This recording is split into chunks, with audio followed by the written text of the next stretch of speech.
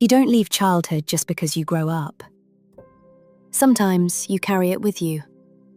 Not as clear memories, not always as obvious pain, but in the way you react, the way you apologize, the way you tense up when someone's mood changes, the way you feel responsible for keeping things calm, even when no one asked you to. And that can be confusing, because your life may be different now. You may be older, more independent, more capable.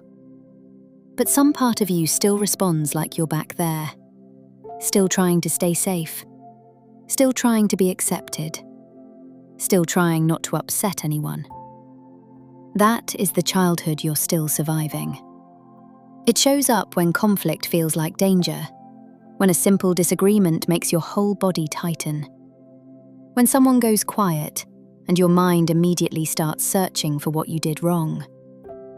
It shows up when you struggle to rest because being still feels unsafe, like you should be useful, helpful, ready.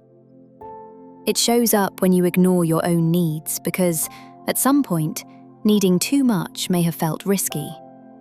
So you learn to be easy, low maintenance, the one who copes, the one who doesn't cause problems. But here's the shift. Those patterns are not random. They were strategies. At some point, they helped you get through. If your feelings were dismissed, you learned to hide them. If love felt conditional, you learned to perform for approval. If moods were unpredictable, you learned to read the room before you relaxed.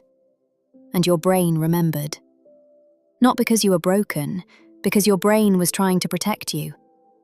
It learned what seemed safest, and then kept repeating it. Even after the environment changed. Even after you no longer needed those same defenses.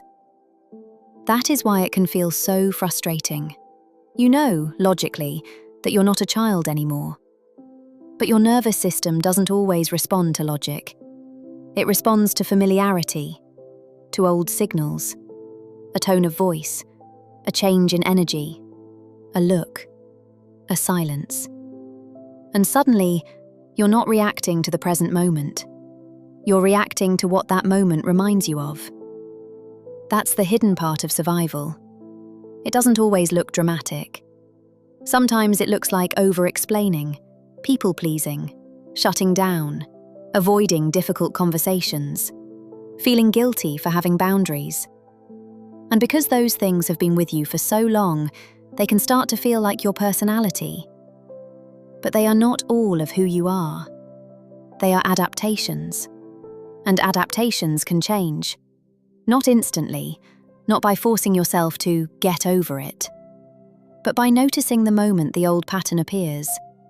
Pausing, asking, is this actually happening now, or is my body remembering something old?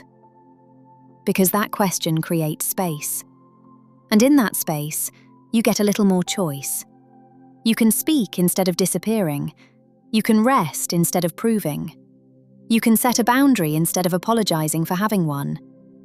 And maybe that is the truth. The childhood you're still surviving is not proof that you're weak. It is proof that you adapted to things you should not have had to manage alone. But you are not trapped in those patterns forever. Slowly, carefully, you can teach yourself something new. That peace does not have to be earned. That your needs are not too much. That someone else's mood is not always your responsibility.